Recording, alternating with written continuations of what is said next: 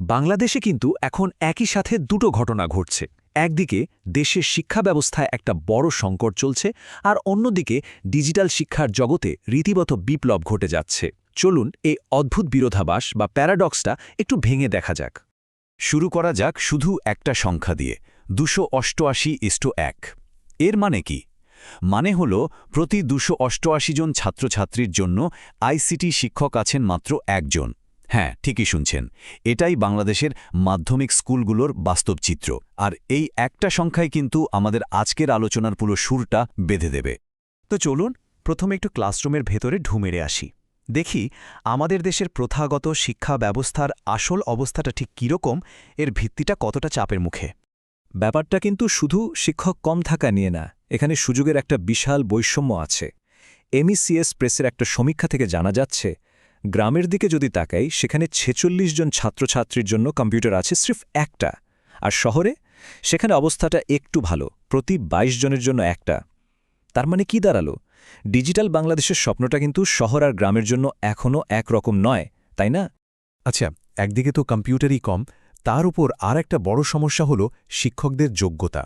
এই তথ্যটা দেখুন, এটা কিন্তু বেশ অবাক করার মতো। 80%-এরও বেশি আইসিটি শিক্ষকের এই বিষয়ে কোনো ফর্মাল ডিগ্রিই নেই। ভাবা যায়? এখন কথা হচ্ছে, সঠিক প্রশিক্ষণ বা বিষয়ভিত্তিক জ্ঞান ছাড়া মানসম্মত আইসিটি শিক্ষাটা আসবে কোথা থেকে? এখানে কিন্তু পুরো ব্যাপারটা একটা বড়সড় হোঁচট খায়। আর হ্যাঁ, আমরা যে ডেটাগুলো নিয়ে কথা বলছি এগুলো কিন্তু কোনো বানানো কথা না। Modern education and computer science প্রেসের 2022 সালের একটা সমীক্ষা থেকে এই তথ্যগুলো নেয়া। কাজেই সমস্যাটা যে কতটা বাস্তব এবং গভীর সেটা নিশ্চয়ই বোঝা যাচ্ছে।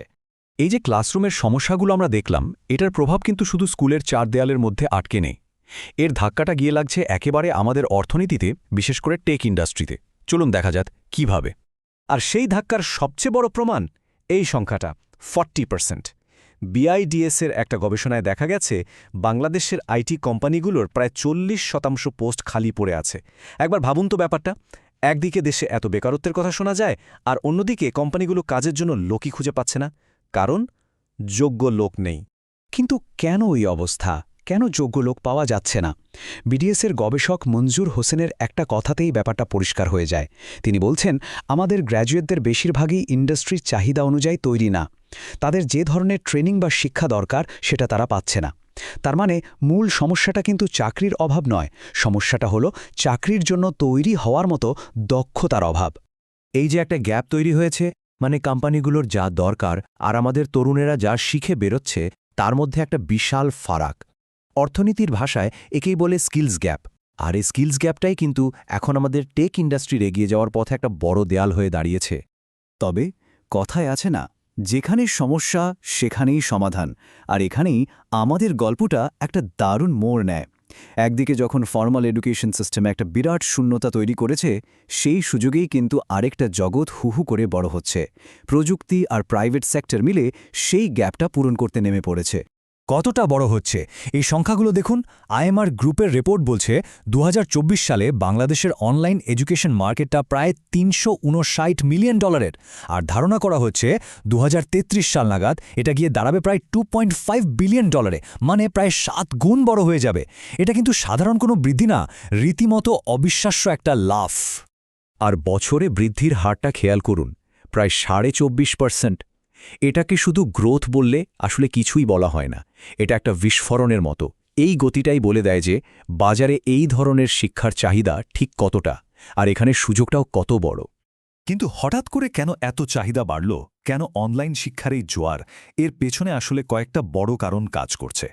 আইএমআরকের রিপোর্ট অনুযায়ী 3টা কারণ প্রধান।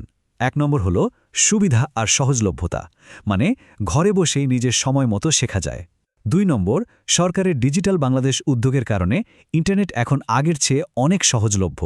আর 3 নম্বর এবং সম্ভবত সবচেয়ে গুরুত্বপূর্ণ কারণটা হলো চাকরির বাজারের জন্য যে নির্দিষ্ট স্কিলগুলো দরকার, সেই চাহিদাটা প্রথাগত শিক্ষা ব্যবস্থা পূরণ করতে পারছে না। আর সেই গ্যাপটাই পূরণ করছে এই অনলাইন প্ল্যাটফর্মগুলো। তাহলে দেখুন, আমাদের সামনে দুটো সম্পূর্ণ ভিন্ন চিত্র, তাই না? একদিকে ক্লাসরুমে নেই ভাব, সম্পদের অভাব, আর অন্যদিকে ডিজিটাল দুনিয়ায় সম্ভাবনার যেন শেষ নেই। চলুন এই দুই ছবিকে এবার একসাথে মিলিয়ে দেখি।